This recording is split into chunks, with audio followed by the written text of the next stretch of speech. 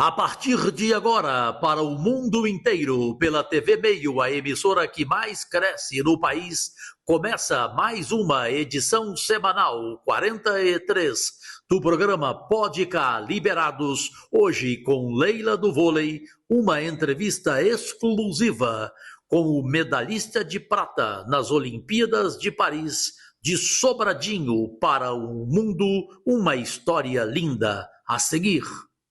Vai levando, jogada na grande área, foi para a linha de fundo. Boa jogada, o jogo segue. Empurra na área, afasta a Ferrugem.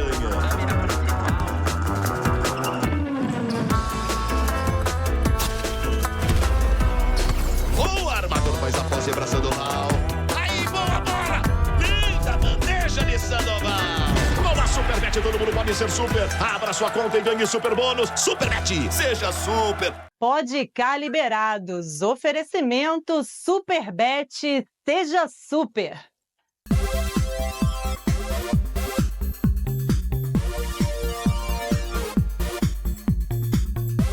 Olá, amigas e amigos. Mais um fim de semana com Pode Cá Liberados, edição 43. Em rede mundial de televisão, pelos canais abertos e fechados, redes sociais e TVs smarts no mundo. A grande estrela, do Pode Cá, que é o meu colega Cajuru, ele não está presente por conta de uma viagem para tratar sobre a CPI da manipulação do futebol. E, para minha sorte, eu vou entrevistar aqui uma grande estrela do nosso esporte nacional e mundial, que é o nosso querido medalhista da marcha atlética, medalhista de prata, Caio Bonfim. Caio, muito obrigada. Eu quero agradecer ao Pode Cá, a toda a equipe pela oportunidade de estar aqui ao lado do Caio, para falar um pouquinho da história, da sua trajetória. Eu tive a oportunidade de muitas vezes estar acompanhando um pouco, não só a sua história, como da sua família.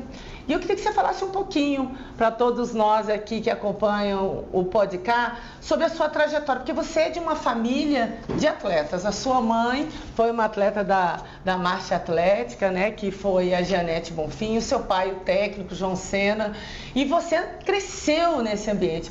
Como é que foi o começo dessa tua trajetória, até porque você também foi jogador de futebol?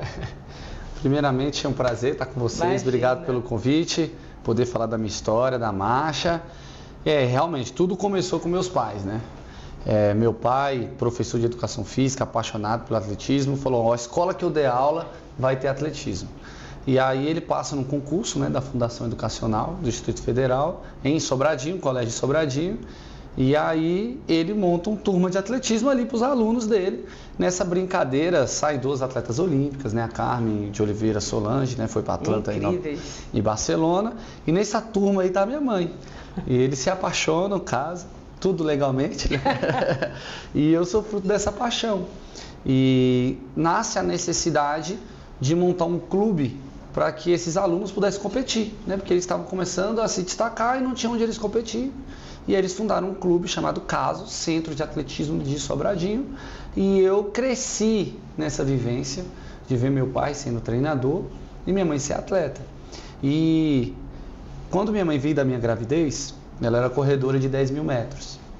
A equipe só podia inscrever 2 atletas por prova no Campeonato Brasiliense. E ela queria muito participar. Meu pai falou, as meninas estão voando, não dá para colocar você, tirar ela para colocar você. Mas eu quero competir. Aí ele falou, tem uma prova aí que ninguém faz. Se você quiser fazer, qual? Marcha atlética. Aí alguém falou lá, eu já fiz na escola, vou te ensinar. E aí foram ensinando. Sim. E minha mãe eu gosto de contar essa parte porque foi ali que ela fez uma escolha muito importante para a minha vida, fazer a marcha atlética. E nessa prova ela se destaca. Meu pai falou, eu acho que você tem mais futuro na marcha do que na corrida. E aí eu cresci nesse ambiente onde meu pai era o treinador de um clube e minha mãe atleta dele. Então a marcha atlética sempre foi muito comum para mim, porque alguém, em algum momento, viu alguém passando, fazendo a marcha atlética e falou, cara, que é isso que está fazendo? Para mim nunca teve, porque eu não sei nem que dia que eu aprendi, porque era a profissão da minha mãe, Perfeito. E eu tenho um irmão mais velho, de 5 anos mais velho que eu, chama Evan, e a gente sempre soube fazer a marcha. Eu lembro da gente no lado da minha mãe, assim, a gente sabe fazer. E meu pai, como treinador, ficou olhando aquilo ali. e percebeu que a gente tinha muito preparo físico. Ele gostava de levar a gente para correr, né? E a gente fazia 6, 8 quilômetros. A gente não tinha, Isso é que idade? Eu tinha 8 e meu irmão 12, 13. Nossa, e aí ele falou, caramba, vocês são bons. E ele foi aquela coisa de treinador, anotou. Tanto que a minha primeira prova do atletismo é na marcha atlética. E eu pergunto, pai, por que você me inscreveu na marcha? Ele, Caio, qual é a criança que sabe fazer a técnica da marcha? Não sabe. E você tinha preparo físico, então a prova que eu queria já que você largasse na frente era a marcha. Só que eu me apaixonei pelo futebol ali com 5 anos, 6 anos, jogando na escola. Aliás, todo menino, né? Futebol E aí meu pai me colocou numa escolinha, aquele aluno hiperativo que dava trabalho na escola. Fiz vários esportes, inclusive fazia futsal e futebol de campo. E eu sempre me destaquei no futebol pelo meu preparo físico, né? Correr o campo todo, o jogo todo, ia, voltava. E ali meu pai foi deixando eu jogar esse futebol, me apoiou e eu fazia sempre alguma provinha. Aí com 16 anos ia ter um campeonato brasileiro já que a categoria já pode fazer. Aí ele falou, Caio, quero te fazer um convite. Eu quero que você vá para uma prova comigo no começo do ano, que é de marcha atlética, chama Copa Brasil de Marcha, vai ser em Balneário Camboriú, é lindo, você vai amar. Me prometeu algumas coisas, sabe? E aí eu topei. E eu estudava de manhã e meu pai dava treino de manhã, então eu treinava à tarde com a minha mãe. E aí minha mãe foi me preparando também. Eu tinha um preparador físico no meu time, eu jogava nas categorias do Brasiliense nessa época. O treinador era Adelso, e tinha um preparador físico chamava André. Eu contei isso pra ele, então vou montar um treino pra você. Então no dia que eu ia pro futebol, ele fazia um treino, quando eu ia pro outro, não tinha futebol, fazia a marcha com a minha mãe. Nessa minha primeira prova eu já me destaquei, fui terceiro colocado. Aí eu fiquei pensando assim, hotel, eu fui pra seleção, porque essa minha primeira prova eu já consegui pra seleção brasileira. Resumindo assim, em 4 meses eu era o 12º do mundo. Aí eu falei, cara, eu tô lutando para ser reserva do Brasiliense e agora eu sou da seleção brasileira de marcha. E você tinha quantos anos quando você 16 anos. Que incrível, que carreira. Anos. E você no início, né, enfim, na tua trajetória, você teve problemas, né? Você nasceu com as pernas arqueadas, que você passou por cirurgias. Esse processo também foi muito desafiador para você. Já iniciar antes de tudo isso e se tornar o atleta que você se tornou. Esse processo, como é que foi também? Esse processo, assim, com 1 ano e 2 meses eu comecei a andar. Com 1 ano e 3 meses minhas pernas já estavam tortas. É uma síndrome chamada síndrome de Blount, escreve Blount, né? Certo. Esse T é mudo, mas é a forma de escrever. Quando você está crescendo, não é simultâneo que os 2 lados vão crescendo, sabe? Tem no meu caso teve um descompasso. Quando estava crescendo uma parte da perna, a outra ficou paralisada ali naquele momentinho e foi arqueando. Entendi. E aí eu tive que... Meus pais foram para vários ortopedistas, né? Caímos aí no Sara Kubitschek, referência, né? Referência. E aí o doutor falou, você resolver isso aí, tem que quebrar a tíbia e a fíbula. E aí a gente corta em diagonal, ele vai crescer reto. E eles tinham medo de que ia entortar de novo, porque eu ia crescer, ia ter aquele descompasso, as pernas iam arquear. E eu poderia fazer mais de uma cirurgia, mas graças a Deus eu só fiz uma cirurgia. E aí você falou essa parte de superação, eu nem tenho muita lembrança, né? Meus pais contam assim que eu não chorava, né? Que eu só gemia assim, mas era muito forte. Tanto que quando colocou o gesso, eles achavam que eu não ia andar. E eu riscava o chão que eles tiveram que botar uma palmilha embaixo. E aí eu falo que essa superação é dos meus pais, né? Porque eu sou treinado pelos meus pais, né? Hoje, minha mãe, depois que ela aposentou, também virou minha treinadora. É meu primeiro contato com os treinadores pais, né? Porque era aquela galera que apoiou. Porque, por exemplo, eu falei pra você que com 5 anos eu já estava jogando futebol. Nunca tive um trauma, Caio, cuidado com as suas pernas, né? Porque eles sempre me trataram muito normal, como aquele que ia conseguir superar tudo isso. Tanto que o médico não acreditava que eu poderia ser um atleta. Ele, cara, se ele andar normal, já é legal, fiquem felizes. Minha mãe, não, esse menino aí tem futuro e tal. Ela tinha essa fé. Então ali já foi uma participação nossa, né?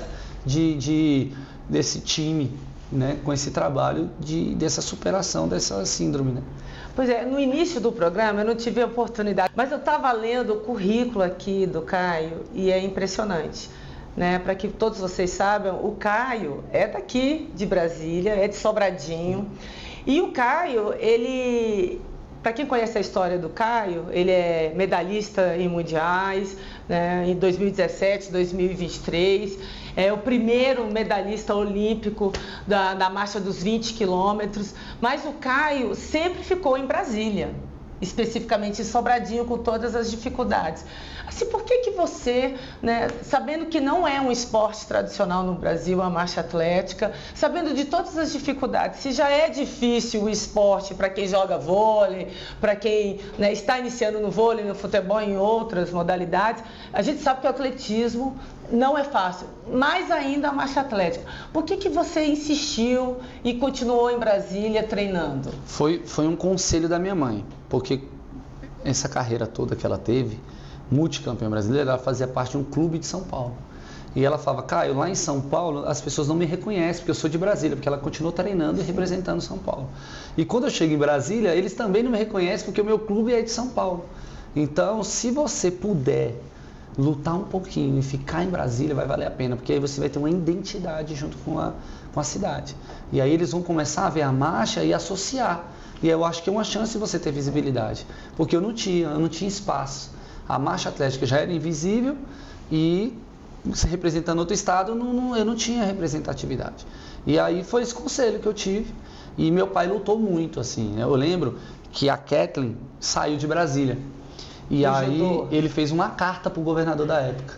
Não deixa o Caio ser uma Kathleen, porque eu tenho certeza que ela gostaria de estar aqui, mas ela quer estar onde tem a melhor estrutura, porque ela é muito boa, né? E ela quer mostrar o potencial dela, e o Caio também. Mas eu queria que ele ficasse em Brasília. E ali, na época, eu tive contato com o secretário de esporte, né? Sim. E que na casa era o Júlio César. E a gente foi batendo na porta, ó, me ajuda o Caio a ficar em Brasília, e eu preciso do apoio de vocês. E foi aí nascendo esse apoio da cidade, que valeu a pena, né? Então, assim, junto com a Secretaria de Esporte, Bolsa Atleta, com o Pet Brasil, e mais o Casa, que é o clube que meus pais fundaram lá, somando isso, foi o meu clube. Perfeito. Então, por isso que eu consegui ficar em Brasília, era um conselho da minha mãe, porque a gente teve muito convite. Aquela equipe que minha mãe ficou, a gente teve muito convite. Só que, pra mim, eu queria ser de Brasília mesmo. Então, hoje, com a medalha olímpica, poder falar, e aí você vê as pessoas assim, eu conheço há muito tempo, a gente já acompanhando, isso é muito mais legal, né? Porque eu pude ter uma identidade com a cidade. Total. Então, foi essa escolha que nós fizemos, e por conta do clube, eu não quis sair. Porque a gente foi conseguindo alguns apoios pro clube, que se eu saísse, perdia. Perfeito. E eu ficava assim, financeiramente ia ser melhor para mim, individualmente falando, mas o clube perderia. Então, eu sempre estava dividindo o projeto com a minha carreira. Pois é, e falando um pouquinho disso, dessa tua opção, até porque eu fui atleta e o caminho natural, até porque Brasília tem muita vocação para construir os atletas, né? Formação dos atletas. Você é formado em educação física, seus pais são técnicos hoje e tem o projeto, o Caso. Queria que você falasse um pouquinho do projeto, que é meio que um trabalho dos seus pais e que hoje você também é uma referência para aqueles jovens de Sobradinho, de toda a região. Como é que tem sido para você e para esses jovens depois da medalha? Eu sempre fui apaixonado por esse projeto, né? E é por isso que eu queria ficar nele. Eu queria ser do mesmo clube, do começo ao fim. O esporte individual me dá esse privilégio, né? Se fosse coletivo, eu estaria já em outro lugar. E ali eu sempre amei o projeto. E com o trabalho dos meus pais, né? Porque eu cresci com meu pai botando, naquela época podia, hoje é mais difícil, ele não faz mais isso, mas botava 10 meninos dentro do carro, e eu falei, pai, o seu carro não dura, o carro desses meninos, não, mas eu falei, mas você tem que deixar eles irem até o treino, você não pode ficar buscando em casa. E ele falava, Caio, ele não sabe que ele é um grande campeão, então quem acredita sou eu, tenho que acreditar até o dia que ele for acreditar, e aí ele vai poder ir, porque eu falava, como eu vim do futebol, se a gente vê sempre as histórias, o cara pegava 2 ônibus, 3 ônibus para ir pro treino. E aí ele falou, não, eu preciso. E hoje a gente faz o trabalho desse clube que virou um projeto social, né? Porque meu pai tinha aquele pensamento do alto rendimento e depois ele foi mudando para o trabalho social. E claro que hoje ele quer formar campeão, mas formou muito mais cidadãos do que campeões. Certamente. E aí a gente, hoje a gente tem alguns núcleos, né? Ali na área norte, mais, né? De Brasília, Sobradinho, temos uma comunidade chamada Dorothy, ali perto da Nova Colina, que a gente tem um trabalho. Todo lugar tem um campinho de futebol, né? A gente faz nosso trabalho lá. Hoje a gente não traz os meninos, lota o carro, não. A gente leva um monitor que vai dar aula aí. Temos outro no Denox. E hoje a gente chegou a ter 300 crianças. 300? 300 crianças. Então, assim, hoje, com essa medalha, é uma forma de eu também retribuir, né, e fazer dela um legado, eu acho que esse primeiro passo é esse projeto. Porque nosso sonho sempre foi dar oportunidade, né? Dar oportunidade para que esses jovens conheçam através do esporte, como a gente viveu, descobrir. Né? Às vezes ele não vai ser um grande atleta, mas ele vai levar referência para o resto da vida dele de atleta, né? Sobre disciplina, determinação, respeito às regras, autoridade. E aí tira aquele momento de vulnerabilidade que eles têm, né? E vai ocupando o espaço que o esporte dá, porque tem que descansar, a mãe vai ter treino forte, vai ter que dormir mais cedo. Então esse exemplo é referência. Né? Na verdade, você é isso. E assim, para mim é muito difícil, foi talvez uma das coisas mais desafiantes, porque eu era o filho do treinador e da treinadora, do presidente do clube. Eu falo para ele, eu preciso de uma semana para criar uma rebelião aqui, é só eu não obedecer nada e criar meu método, sei lá. Então eu tinha que ser o melhor, tinha que ser o primeiro, né? Quem cumpriu o treino? O filho, porque não tinha essa desculpa, você não vai encontrar lá no projeto, eu não fiz porque o Caio também não fez, entendeu? Perfeito. O Caio foi o que fez mais, tava quente, mas pro Caio não tava quente, entendeu? Porque eu tinha que ser o cara que dedicava. Então, é um projeto de família que a gente ama, tanto que quando a gente vai conversar, por exemplo, sobre patrocínio, eu sempre coloco o projeto, porque é uma extensão minha, né, de ver o trabalho dos meus pais, cresci com isso e sou apaixonado também por esse projeto. E certamente vai dar continuidade. Certamente. Agora, voltando um pouquinho ali para a Olimpíada, os resultados. Você é bronze em 2 mundiais e na Olimpíada do Rio você foi quarto lugar. O que mudou, né, desses resultados de 2017 até 2023 para a medalha de prata em Paris? O que você fez de diferente? O que você acha que foi aquela virada de chave? Eu treinei muito para a Olimpíada de Tóquio. Foi a Olimpíada que eu cheguei mais preparado, talvez. E aí a gente descobre o duro, que é o alto rendimento, né? Que nem sempre vai ser o suficiente, né? Seus adversários foram melhores. E eu sempre, desde que eu passei a linha de chegada ali, Leila, do Rio 2016, eu falava assim, Deus, será que eu vou ter uma nova chance de chegar tão perto de uma medalha olímpica? E eu achei que seria em Tóquio. E ali muito difícil, foi muito difícil para mim, o ano pré-olímpico é importante para a marcha atlética. Sim. E pra gente brasileiro foi muito sofrido. O ano olímpico eu não pude competir. Pandemia, né? Pandemia, eu só fiz uma prova internacional, que foi no Equador. Tive que chegar 14 dias antes, ficar de quarentena. Imagina, 14 dias lá. Preso. Eles tinha um ônibus pra gente treinar e voltar de manhãzinha. Depois ficava o dia todo lá parado. Fui bem pra caramba, foi a minha melhor marca. Mas você não foi testado. Imagina um time que vai jogar uma final, sei lá, de Libertadores, e não se testou durante o ano. Não sabe nem qual é o esquema. Era isso que aconteceu comigo na Olimpíada. Quando eu chego assim, as 3 primeiras voltas eram outro ritmo que eu, treinando sozinho, não era a mesma coisa quando você vai se testando para a prova. E ali foi muito frustrante para mim, aquele 13º lugar em Tóquio. Eu acho que ali foi a virada de chave. Porque eu falei, cara, para eu chegar tão perto da medalha de novo, eu vou ter que criar essa oportunidade de novo. E aí, eu botei na balança. Talvez eu passe aquela linha. Eu projetei 2 Olimpíadas, certo. Paris e Los Angeles. Eu talvez passe aquelas linhas de chegada sem a medalha, mas eu quero estar em paz comigo. Eu quero olhar para trás e falar, cara, eu entreguei tudo que eu podia entregar. Tudo. Não vai ter um profissional que trabalhou comigo que vai ter uma coisinha para falar de mim. E aí foi a partir daí. Minha alimentação melhorou, meu sono melhorou, o treino. O que fisioterapeuta, eu tenho 4 tipos de fisioterapia, né? Osteopatia, fisioterapia, prevenção, né? De lesão. Sim. Fisioterapia respiratória, todos esses profissionais eu tentei obedecer o máximo possível para eu falar assim, cara, eu cheguei na melhor forma da minha vida, eu não tenho mais o que fazer. Se eu fui o último, não posso fazer nada. Esse era o meu pensamento. E não quis dar o peso que a Olimpíada traz, porque ela é muito, muito, muito forte, tanto para a mídia, para a família, para todo mundo. Eu falei, é mais 20 quilômetros. E esse 2022 já é diferente. Eu já soube 99% dos pódios, só no Mundial que não. Aí 2023 eu já soube em todos os pódios, até no Mundial. Aí eu falei, cara, agora chegar entre os melhores é difícil, agora se manter é mais difícil ainda. Aí para Paris eu falei, cara, tenho que conseguir. Aí consegui repetir esses pódios e fui tratando a Olimpíada como mais uma prova. Sim. Vou mostrar meu talento, eu tô pronto, eu tô treinado. E aí fiz uma preparação impecável, eu brinco que o 2024 foi um ano da obediência. Cara, o que eu obedeci meus treinadores, a equipe técnica, e aí foi agregando gente, vendo o bioquímico ajudando na parte de fisiologia, de biomecânica para fazer minha técnica, tudo aquilo ali, eu tentando juntar aquilo e tentando absorver, e aí valeu a pena. Tanto que eu tinha perna, para fazer até melhor. Tanto que eu larguei lá na frente. A diferença foi 14 segundos. 14, né? Não, e ali eu não lutei mais, né? Porque eu tive 2 faltas. Quem não sabe, a marcha atlética você só pode ter 2 faltas. Não, isso nós vamos, inclusive, vamos esperar um pouquinho aqui, que nós estamos acabando o primeiro bloco. É incrível, né? Conversar com uma pessoa com uma história incrível como a do Caio, que nos inspira. E daqui a pouco nós vamos para o segundo bloco e você vai nos contar qual foi a sua estratégia para ganhar a medalha de prata em Paris, tá bom? Até mais, gente.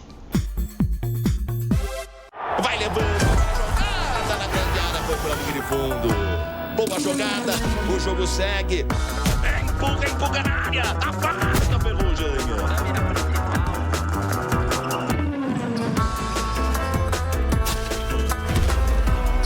O armador faz a pose braçando mal.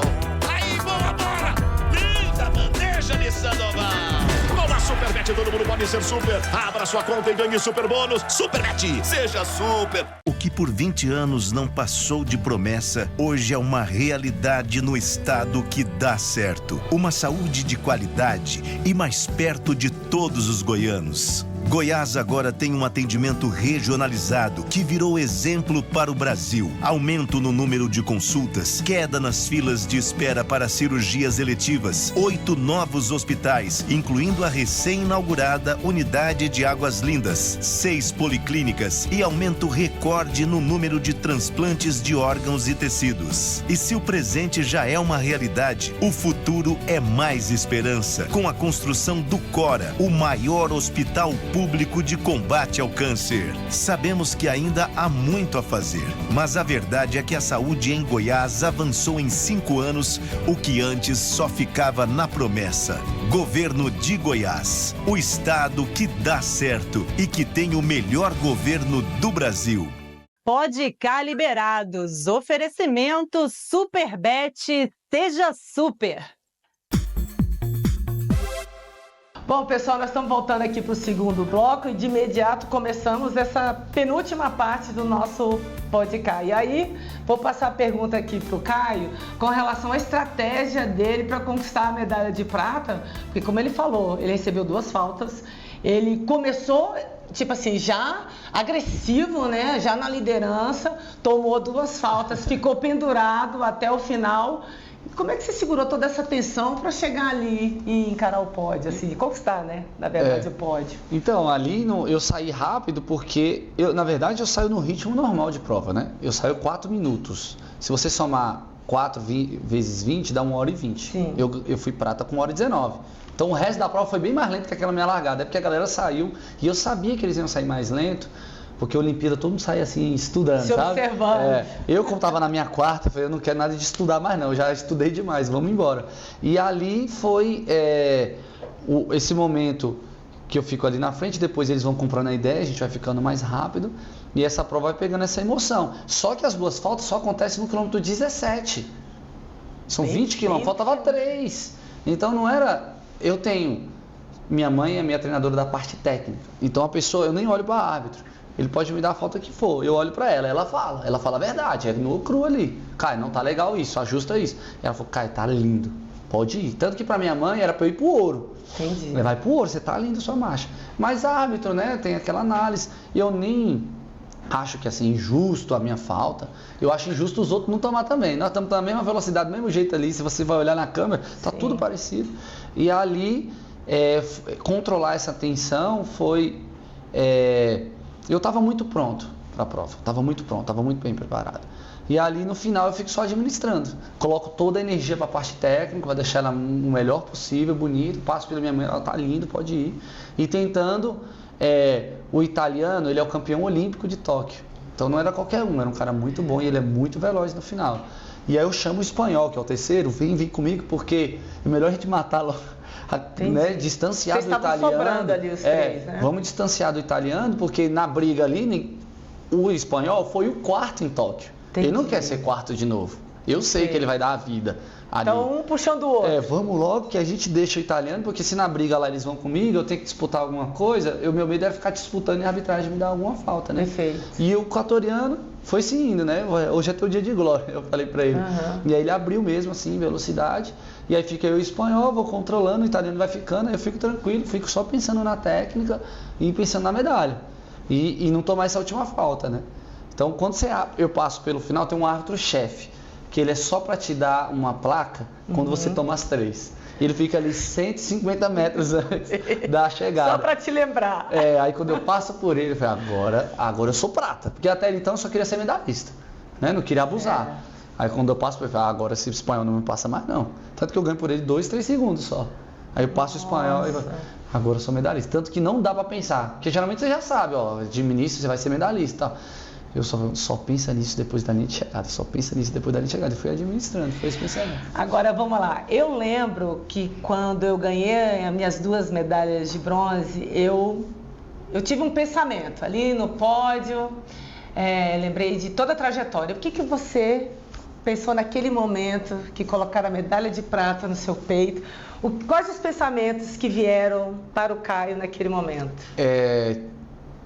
Eu tinha, não é superstição, mas eu não gostava, tipo assim, quando passava um atleta que estava com a medalha, eu não queria pegar na medalha, não tocava. Quer ver? Não. Um dia eu vou tocar na minha. Era uma coisa minha mesmo. Nunca contei isso pra ninguém na época. E aí, então toda vez que eu encontrava o Vanderlei, Cordeirinho nos eventos do atletismo, olha que a medalha, eu falei, não tocava. Dizem que ele tinha esse costume também. Aí quando for a minha eu toco. E ali quando eu toco pela primeira vez, aí passa um filme muito forte. Eu olhando assim, aí o cara tirou a foto, né? Que eles sabem tirar um momento. Eu consegui ser medalhista olímpico. E aí eu lembrei, é curioso, porque assim, é um fato. Eu lembrei que em uma feira de ciência da escola, nossa turma ficou com o tema Olimpíada, era um ano olímpico, 2004, né, de Atenas. Sim.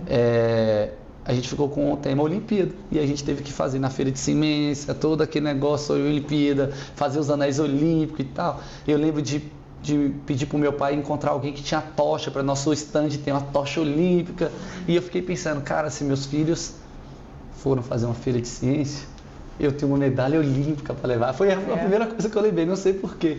Porque o meu primeiro contato com a Olimpíada mesmo, de pertencer, foi aquela feira de ciência. Então, caramba, eu sou medalhista. Aí eu lembro o Caio, da 6ª série. Aquele menino, lembra, caramba, você chegou numa medalha olímpica. E aí a ficha vai caindo e depois é só emoção. Até hoje, às vezes eu tô tomando banho e eu lembro, caramba, eu sou medalhista. E você sempre olha para a medalha assim, como é que é isso, né? Assim, ainda tá naquela fase de admirar, de olhar, porque assim, depois que você ganha, né, parece que as pessoas esquecem, né, todo o processo, né? Mas não é bem assim, né? Porque tá vindo agora um novo período na tua vida, né? Estamos finalizando aí certamente um calendário, porque não finalizou o ano, como você falou. Quais são os próximos passos, assim, do Caio para o futuro, assim? O que você pensa com relação à marcha atlética, a sua continuidade nesse processo? Essa medalha, ela tem esse simbolismo de contar o meu passado, de tudo que eu passei e dar significado por tudo que eu vivi. Porque às vezes você parece que é um músico que está tocando para ninguém, sabe? E agora tá todo mundo reconhecendo tudo que você fez, né? E aí, essa ponte para que o futuro, né? Eu continuo sendo atleta, né? Tenho objetivos como atleta de poder performar e ver até onde meu talento me leva. Mas tem esse legado da medalha, essas responsabilidades que ela traz também, porque agora eu entro na prova como medalhista, né? É diferente. E aí o cara querem ganhar do medalhista. No treino lá já está acontecendo isso comigo. Mas isso é bom, né? porque você já está formando outros campeões, você deixando um legado. E é bom que vai me apertando para eu nunca baixar a guarda, né? Isso aí. Então são esses planos. A gente quer estar em Los Angeles, mas são 4 anos. Eu sempre digo que é uma escada. Cada ano desse é um degrau até o dia dos Jogos Olímpicos. E aí tem a demanda de cada temporada. Ano que vem já tem Campeonato Mundial de Atletismo. Já tem calendário? Já tem tudinho, certinho. Nós temos uma prova agora no final do ano que serve de trabalho de base, de treinamento. Ano que vem já temos algumas competições do circuito mundial que vai trabalhando Tá quase tudo feito já para o ano que vem. 2026 é um ano diferente, tem Mundial de Marcha, mas só tem isso, né? Porque é ano de Copa do Mundo. O Mundial de Atletismo vai ser em Tóquio, ano que vem, em setembro. Sim. E o Mundial de Marcha em 2026 ainda não tem, tá 3 países aí disputando. Diz que Brasília também tá querendo entrar nessa briga. Olha, bom mais responsabilidade ainda. Mais ainda. Então são esses caminhos que a gente tem que ficar olhando para o futuro, não dá para viver só da medalha, né? E eu acho que abre muitas portas, aí você falou sobre... Melhorou nesse sentido? Melhorou assim, hoje você como medalhista, olhando para trás todas as dificuldades que você enfrentou, patrocínio, você tem alguma perspectiva? Já está sendo conversado com os seus atuais parceiros, a continuidade desses projetos? Tem muita coisa no papel, né? Porque também é um fim de ciclo, certo. E as marcas também estão encerrando, né, alguns apoios que eles fizeram de ciclos olímpicos. Perfeito. Então tem muita coisa sendo conversada, muito legal, importante isso também. Uhum. É legal porque aí a gente está abrindo portas também para a marcha atlética. Sim. A visibilidade mudou bastante, a partir disso o patrocinador vê com outros olhos, né, esse apoio. Uhum. Então muito convite para evento, isso é legal também, né, para palestras. As pessoas conhecerem a marcha atlética, o Caio, né? E as marcas são importantes para que o atleta, você foi atleta, você sabe, ele quer oportunidade só, né? Às vezes o cara acha que claro, você tem família, você tem contas, né? Você tem filho para criar, mas você quer a oportunidade de exercer o seu esporte da melhor maneira possível. Né? Então são esses apoios que eu acho que está gerando, e é importante porque eu acho que está abrindo portas para a marcha atlética, sabe? Se aparecer um novo marchador, nós temos no nosso projeto, eu não fui sozinho para a Olimpíada, o caso lá de Sobradinho. Sim. Nosso projeto levou mais 2 atletas, eu, a Gabi Liz e o Max Batista, que são atletas que chegaram lá com 10, 11 anos e foram para a Olimpíada também. E a galera já olha para um marchador diferente, porque sabe que tem potencial, veio do caso, é da mesma equipe do Caio, e vão acreditando e vão dando mais oportunidade. Então são coisas que para o futuro que a gente tem gostado. Perfeito. Agora, voltando um pouco, você falou um pouco o atleta tem família, você é casado, tem filho, né? Qual a importância dessa família que você construiu nessa tua vida hoje? E outra coisa, nós falamos muito dos seus pais aqui, você fala muito assim, eu acho linda mesmo essa união que você tem com a Janete, com o João. O que é família para você, Caio? Assim, falando assim, para o homem Caio, fora o atleta Caio, qual a importância dessas pessoas na sua vida? Eles me apoiaram, né? Quando marchar na rua era um desafio, né, do desrespeito que acontecia, da hostilidade, a frase era: o problema é se eu tenho apoio fora de casa e não tenho em casa. Então, quando eu não tinha esse apoio moral fora de casa, eu tinha em casa. Então, nunca foi um problema, porque em casa todo mundo entendeu, todo mundo abraçou. Então, isso foi muito importante, não só para o Caio atleta, respondendo a sua pergunta, porque talvez eu não podia seguir a carreira, ou não querer mais, mas saber que eles acreditaram em mim era importante, né? Então, o Caio, o esportista teve esse apoio dos pais que acreditaram no Caio, pessoa Caio. Certo. Não, você pode chegar assim, não, eu não sei se você é tão bom assim, mas você vai dar o seu melhor e nós estamos com você. Isso foi muito legal. E ver esse trabalho aí do projeto, do meu pai, do olho dele brilhar. O olho do meu pai não brilha pegando o tempo do medalhista olímpico. É do moleque que chegou lá novinho, com 12 anos, e você não sabe como é que o menino fez 400 abaixo de 1 minuto, ele é muito novo. Aí você vê o olho dele brilhar. É nisso. Então, para mim, a família é a minha base. Minha esposa falou: Caio, eu sonhei que o menino chamava Miguel. 2 meninos. 2 meninos. Então, eu prefiro ter ganhado medalha em 2024 do que no Rio 2016, que não tinha eles. Porque eles estavam lá, a gente conseguiu levar eles, tanto que todo dia eles me entregam um desenho com medalha de prata. Tanto que eles acham que a melhor colocação é a medalha de prata, não é o ouro, que é o pai que ganhou a prata. Então foi importante, porque você sabe que ser atleta, você é 24 horas atleta. E se a família não entender, fica muito difícil. Né? Inclusive o descanso faz parte do treino. Descanso faz parte do treino, a minha alimentação, tudo. A família tem que estar comprando a ideia. Eu viajo 6 meses por ano, então assim, são 180 dias longe dos meninos, da minha esposa. Se eles não entenderem, você sabe que se não entender, já vira um problema. Não tem casamento. Não tem casamento. Então, assim, Caio, pode ir, tá tranquilo. Compra a ideia de que não é que eu tô atrás da medalha, é todo mundo tá comigo. Perfeito. Atrás da medalha. Meu esporte é individual, mas o que de gente eu levei, né, de coletivo ali, aquele trabalho coletivo, né, de nutricionista, dos profissionais, da família, todo mundo comprou a ideia. Né? E aí fica mais fácil a caminhada quando tá desse jeito. E sobre o Miguel e o Theo? Você já vê alguém ali? São atletas natos. Com potencial. Eu tinha medo. Já levou pra pista? Já, mas eu fico segurando porque eu vou. Se deixar, já olhou, né? Vamos ver o tempo. Ele já me deu dica de quem é quem já, de qual esporte, de qual modalidade é. E eu deixo essa vivência, né, esportiva, que já é nossa, natural, que isso vai já influenciar. Né? E eu tenho medo de estar cobrando, porque onde ele entrar, o pai é medalhista, né? Qualquer resultado que ele fizer, seu pai foi melhor. Então eu quero deixar bem natural, mas de energia você já entende que eles são aqueles meninos 220, sabe? Sim. Que gostam mesmo. Tanto que faz judô, natação, futsal. Eu tenho um menino em casa, eu sei como é que é. A gente realmente tem que colocar para fazer tudo. E a gente começa a se identificar neles, né? Eu falei, será que eu dei tanto trabalho assim para minha mãe, para o meu pai? E na verdade é a mesma coisa, na verdade. Caio, agora sim, quando você fala que vai para o próximo ciclo, você vai estar com que idade? 37 anos. 37 anos. Para a marcha atlética, isso influencia a idade? É melhor, né, ter uma certa maturidade, inclusive física? Então, esse 33 aqui que é muito bom. Mas a minha geração é aquela que veio do 25 fazendo bom resultado e está vindo até hoje. Certo. Mas a geração mais antiga nossa, que foram os melhores do mundo naquela época, quando a gente estava começando, foram até essa idade também, 38, 39, 40. E eu gosto de pegar sempre o exemplo da minha mãe, que eu estava te contando, que é o mesmo gene, né? Então, se for para comparar, o estudo é mais fácil. Minha mãe, com 43 anos, estava fazendo a melhor marca dela, né? Incrível. Então, tomara que eu possa ter essa longevidade que ela teve, de marchar bem. Agora, temos que continuar. O espanhol, que foi a medalha de bronze, ele aposentou depois da Olimpíada, com 32 anos.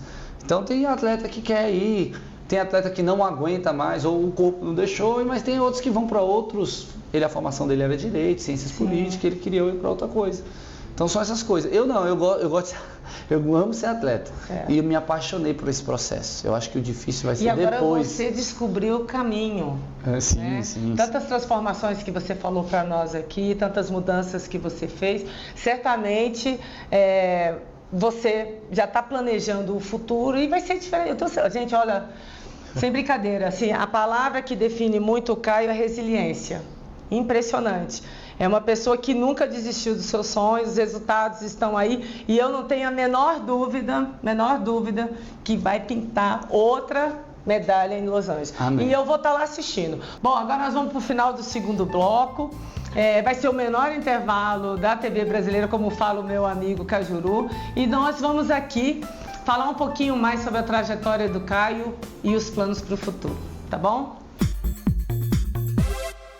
Vai levando. Na grande área, foi para a linha de fundo. Boa jogada, o jogo segue.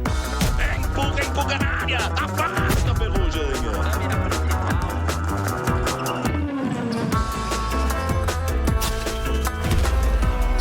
O armador faz a pose abraçando o Lau. Aí, boa bola. Linda bandeja de Sandoval.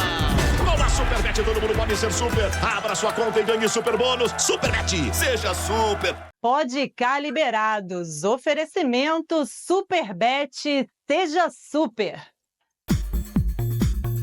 Bom, pessoal, agora nós estamos indo para o terceiro e último bloco. Vamos voltar aqui para conversar um pouquinho com o Caio sobre a trajetória dele. Ele falou muito das dificuldades que ele encarou desde o início da sua trajetória, mas eu tenho uma pergunta assim, que eu não posso deixar de fazer, né? Porque você treina ali pelas ruas de Sobradinho. E você também treina no Agostinho Lima, que é o estádio aqui de Sobradinho. A gente sabe que ali carece de infraestrutura, de uma pista melhor. Nós estamos falando hoje de um medalhista olímpico prata e que é um dever.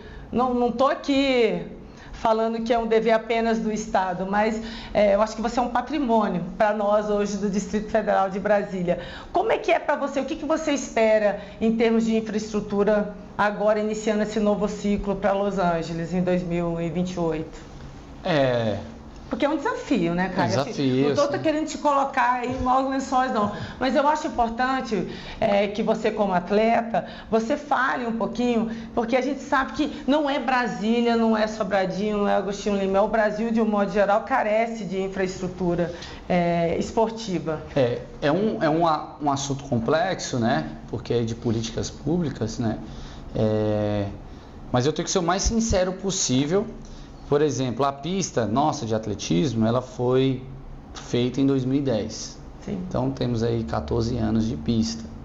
E passa-se muitos governos, né? Através desse momento. Então em algum momento ali faltou manutenção e teve algumas trocas de administração daquela pista, né? Era da administração regional, depois foi para a Secretaria de Esporte. E aí, quando vem a pista lá, o medalhista olímpico, olha as condições que ele treina. Só que seria covardia da minha parte, naquele momento ali, que o pessoal perguntasse, e eu descesse, essa pista não presta, onde eu treinei e tal. Mas, na verdade, a Secretaria de Esporte, hoje, que administra a pista, é uma parceira que me apoiou a vida inteira e que pegou, desde 2022 para cá, uma nova gestão. Pepino, na verdade, um pepino histórico. Isso. Para reformar, não é barato. Milhões. Beleza. Se reforma, eu não tinha pista para treinar. Então, eu ia ficar 2 anos sem a Olimpíada, porque ela demora tudo.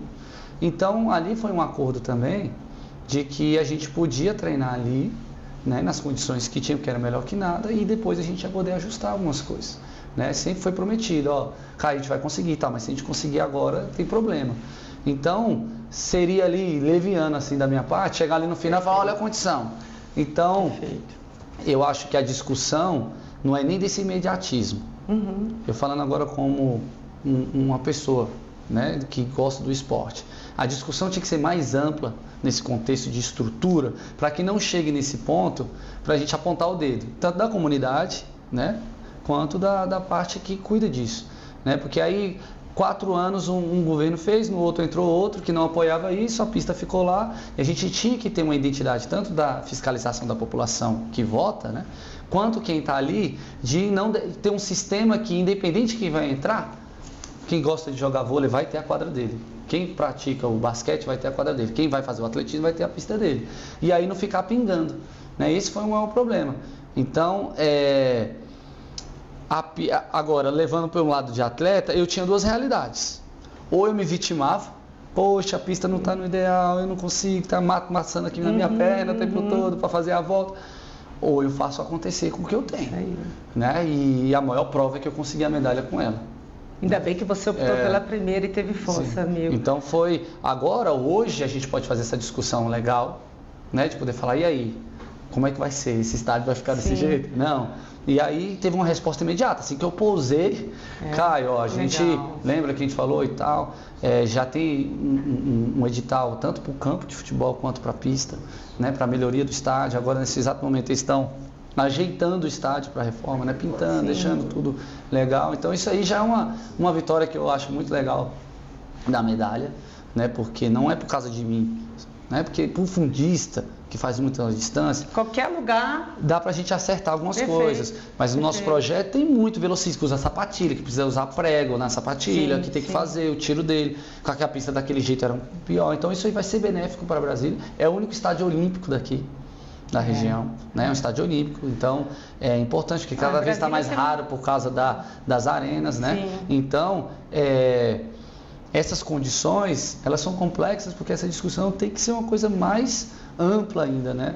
Então, eu tenho até assim um pé atrás para falar disso, porque eu consegui. Se eu conseguir a medalha com isso aqui, e eu tenho até assim, a população quando via não me ajudou ali no passado. Ela podia ter me ajudado mais. Depois da medalha, ela falou, olha onde o medalhista treinava. Eu falei, mas eu treinava ontem aqui. Ninguém lembrava disso. Ninguém falou nada. Né? Você sentia isso na pele todo dia. Mas só para reforçar que eu não estou falando especificamente só do Agostinho Lima. Né? A gente sabe que essa questão de infraestrutura não é só do Caio Sena. O Caio Sena sofreu com isso. A gente sabe que isso é um problema a nível nacional. Tá? Agora, voltando às políticas públicas, porque você teve o Bolsa Atleta e também você falou sobre o Compete Brasília. Qual a importância dessas políticas públicas para os atletas, desde a base, aquele atleta estudante que está iniciando o seu sonho de se tornar um atleta, até se tornar um atleta olímpico, um atleta de excelência? Eu só tenho que agradecer, porque eu cheguei nessa Olimpíada, são 4 Olimpíadas que eu participei e os meus maiores apoiadores foi essas políticas públicas aí, né? Foi por isso que eu falei para você que Brasília me abraçou. O Compete Brasília, quem não sabe, é um programa que destina viagem, né? Então, por exemplo, eu ia fazer parte do circuito mundial e são viagens caras, longes porque tem a viagem, a hospedagem, a alimentação, o custo é muito alto. Não, e eu fui campeão ano passado e prata 2022, com passagens dadas pelo Compete Brasília. Eu fiz o índice para os Jogos Olímpicos com a passagem do Compete Brasília. Então, me deu essa oportunidade.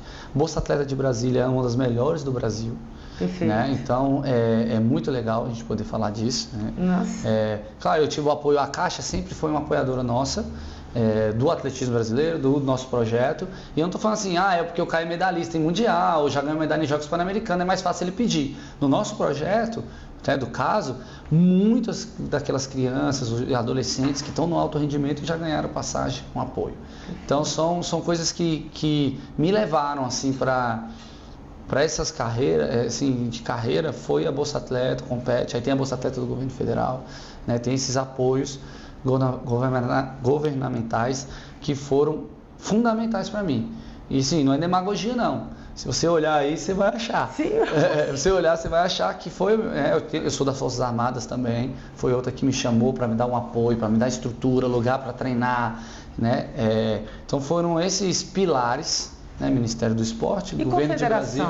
Caio? A confederação é muito boa. Certo. Muito boa. Com o Vlamir, né? Sim, com o Vlamir.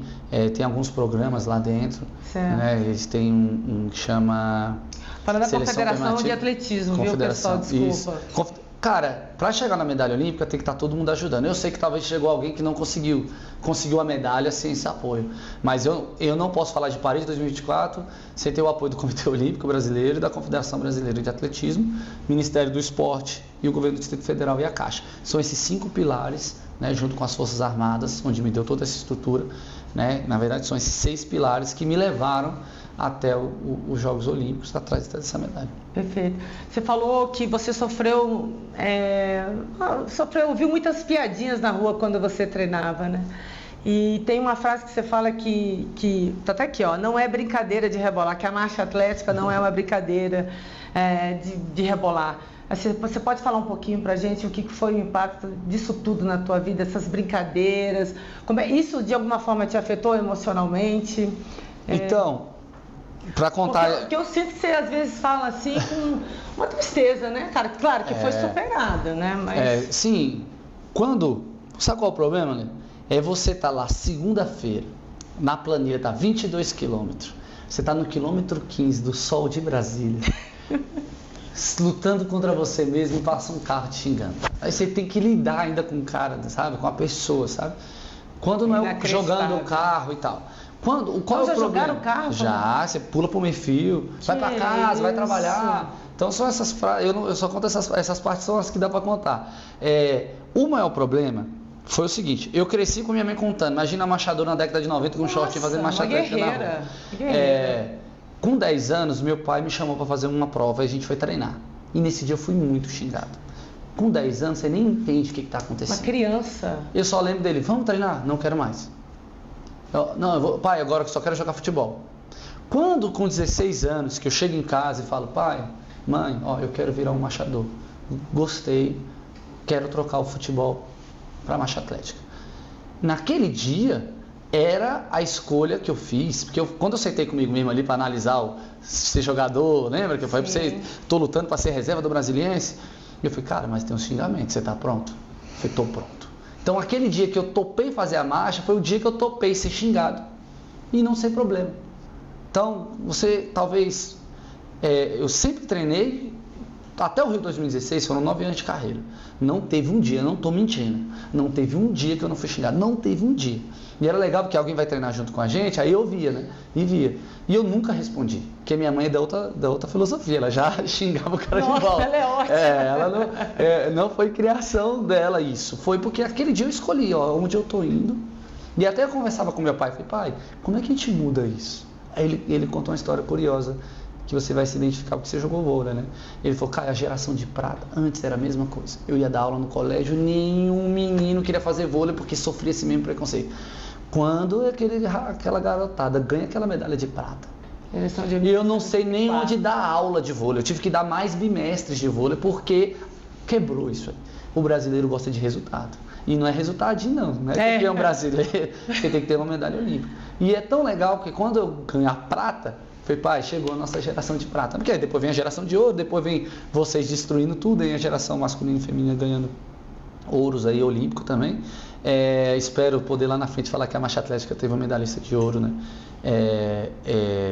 Que passou por essa geração. Então, esse preconceito, que é mais de respeito, né? Que eu brinco que o brasileiro é eterna quinta série, né? Então, com aquela criatividade dele. Eu sei que é do humor do brasileiro, né? Tem uma dificuldade, ver um cara rir de alguém, é legal. Mas isso, todo dia... É um machismo, né? Tem um lado machista também. Tem um lado machista. E era assim, no nosso projeto, treinava todo mundo dentro da pista. Ninguém queria ir pra rua.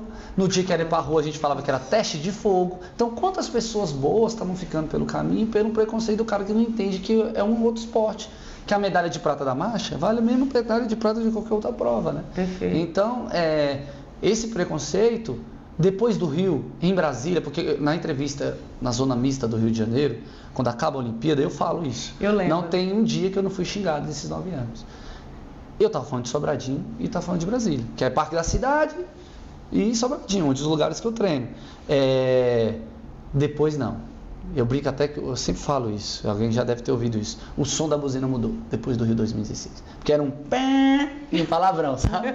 E agora é um pam, pam, vamos lá, campeão. E parou. Sobradinho, assim, não sei se eu mudei a cultura, né? É muito forte falar isso, mudei a cultura da minha sociedade. Mas pelo menos o respeito ali eu tive. Eu não lembro, aí é verdade também, eu não lembro de ser xingado depois do Rio 2016. Então é uma medalha que eu falo que eu tenho, que não está na prateleira. Parabéns, né? Então em Brasília, eles compraram essa ideia. Poxa, vocês estão xingando? Teve uma vez que eu joguei uma garrafa de água, e aí meu pai e minha mãe, quando estão hidratando, eles vão lá e catam, né? Eles se entregam, você vai bebendo e joga no chão. Um cara passou, não joga lixo no chão, não. E a galera do parque ouviu. A galera do parque quis ir atrás do cara. Eu falei, não, ele não tá me xingando, não. Achei que ele tava te fazendo piada sobre sua marcha. Eu falei, não, ele tava achando que eu joguei isso aqui no chão. Aí eu falei, mudou alguma coisa aqui, mãe, porque tô até defendendo a gente. Então são coisas que foi construída junto, que foi legal também. Certamente o seu exemplo vai ajudar muito as futuras gerações. Outros marchadores certamente não vão passar por tudo que você passou. Rapidamente, eu sei que nós estamos indo para o último bloco, a equipe aqui está me cobrando essa questão, mas eu gostaria de te perguntar só uma questão. O futuro da marcha atlética, nós temos o Caio, que certamente vai lutar por uma vaga na próxima Olimpíada. Você pode me citar nomes, Sim, assim, quem você claro. já enxerga que possa estar em Los Angeles, o futuro da marcha atlética no Brasil? A Gabriela Muniz, que foi comigo para a Olimpíada de Paris, tanto que a maioria das reportagens que nós fizemos, o pessoal falava de Los Angeles para ela. Eu falei, não, é agora. Ela só tem ela vai fazer 23 agora, ela é sub-23. Foi 5 vezes campeã brasileira sub-23. Você só consegue ser 5 vezes campeão sub-23 se tu foi campeão antes de ser 2 vezes. Perfeito. Então mostra, né? Porque a marcha, ela, como é uma prova longa, demora um pouquinho a mostrar. Não tem aquele cara com 19 anos já fazendo. Acontece, mas ela é crescente. O Max, que está com 29 anos, então o próximo ciclo olímpico dele aqui de Brasília. Tem o Lucas Mazo, que foi para a Olimpíada de Tóquio, está vindo um trabalho. Tem o Matheus, que é lá de Santa Catarina. Sim. Aí temos a Viviane, que é do Rio de Janeiro. Aí você está vendo que vão vários estados, né? A Érica, que está já no final de carreira, que é de Recife, mora no Equador. Mas o mais legal, Leila, é que não tinha no JEBs e nos Jogos da Juventude marcha atlética. Foi uma conquista junta nossa, o Comitê Olímpico e a Confederação lutou para que tivesse isso. E aí a gente vê as provas lotadas. Então tem nomes que eu nem sei te dizer. Chega lá, tem 30 meninos na prova da marcha, um sucesso. Incrível, e você sabe que é só dar oportunidade. Sim. Nos Jogos da Juventude do ano passado, teve um menino chamado Davi do Espírito Santo que ganhou. E esse ano eu já vi ele na Copa Brasil.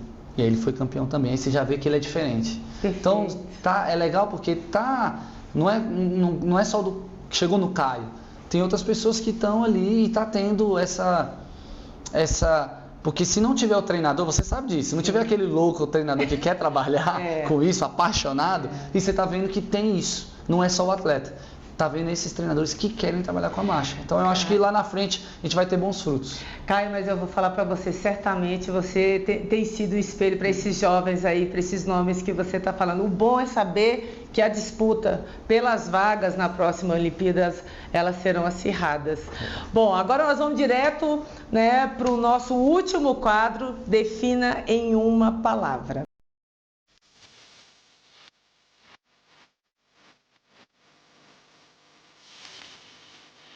Olha isso aqui, olha isso! Tava no bolso aqui, desculpa, eu podia ter ajudado também. Ô Caio, mas eu não tenho uma superstição não, posso pegar? Eu não vou ser mais atleta.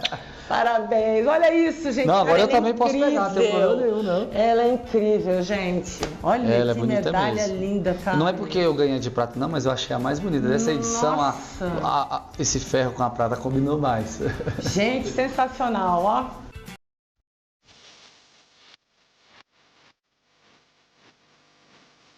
Caio, defina em uma palavra família.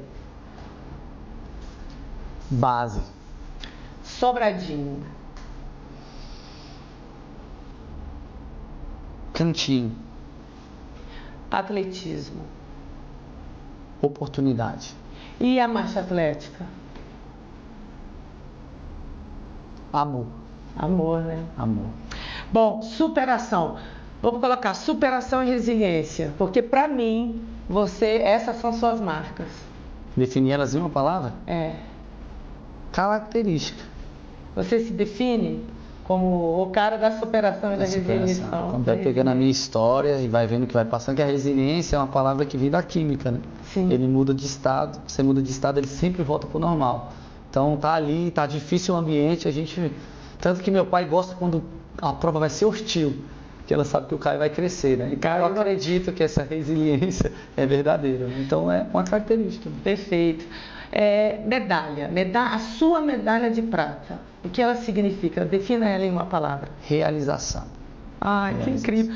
Olha só, eu tenho várias palavras aqui para perguntar para você, mas eu acho assim que a gente teve uma entrevista tão bacana, gente, que nós vamos finalizar essa entrevista, esse podcast, já agradecendo ao Cajuru, a toda a equipe aqui do podcast, por essa oportunidade. Obviamente eu nunca vou chegar aos pés do meu irmão Cajuru, mas tentei substituí-lo da melhor forma possível. Eu quero agora que você defina o homem Caio Bonfim. Ixi, isso é difícil, hein? Sonhador. Nós falamos das duas palavras, superação e resiliência, mas me defina o que é o atleta Caio Bonfim. Persistente. Ai, persistente. gente. Eu não gosto de desistir ali. Às vezes eu tô perdendo, que a gente perde, né? Mas eu tô ali, se ele vacilar. Cara, você se não vacilar, é eu ainda tô pronto, cara. Cara, você não é campeão à toa, não. Eu já era muito fã e é um orgulho pra mim, enquanto brasiliense, né? Candanga, ter um cara como uma referência do Caio Bonfim, né? Não só do Caio, da família Bonfim. É uma família que a gente deve muito ao esporte de Brasília, o atletismo nacional, a marcha atlética nacional, deve muito a esse cara aqui e a família dele. Vou deixar aí, se você quiser falar mais alguma coisa, se despedir da galera, eu agradeço já de imediato a todos vocês pela participação e deixa a despedida aqui pro meu amigo Caio. Eu quero agradecer a oportunidade, ao podcast, pela gentileza de chamar, poder contar um pouco da minha história. E já pedi desculpa, o Cajuru não tá aqui, né? Porque é o Cajuru que tinha que estar aqui. Não, legal poder fazer parte disso, agradecer. A Leila é uma parceira nossa, né? Quem não sabe, ela foi secretária de esporte aqui do DF e eu lembro da gente ir lá na sala dela, falava, eu preciso de ajuda, me ajuda.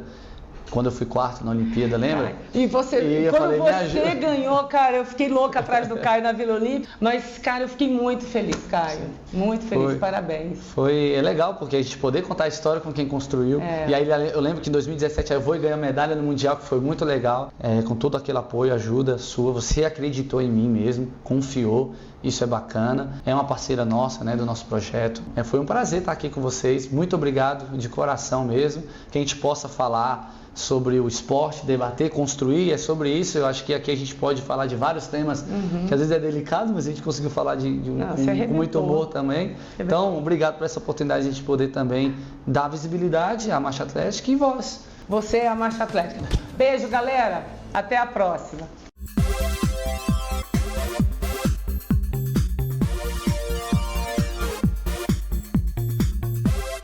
O mundo inteiro acaba de ver pela TV Meio, a emissora que mais cresce no país, a edição semanal 43 do programa Pode Cá Liberados. Na próxima quarta-feira, 11h30 da noite, tem reprise.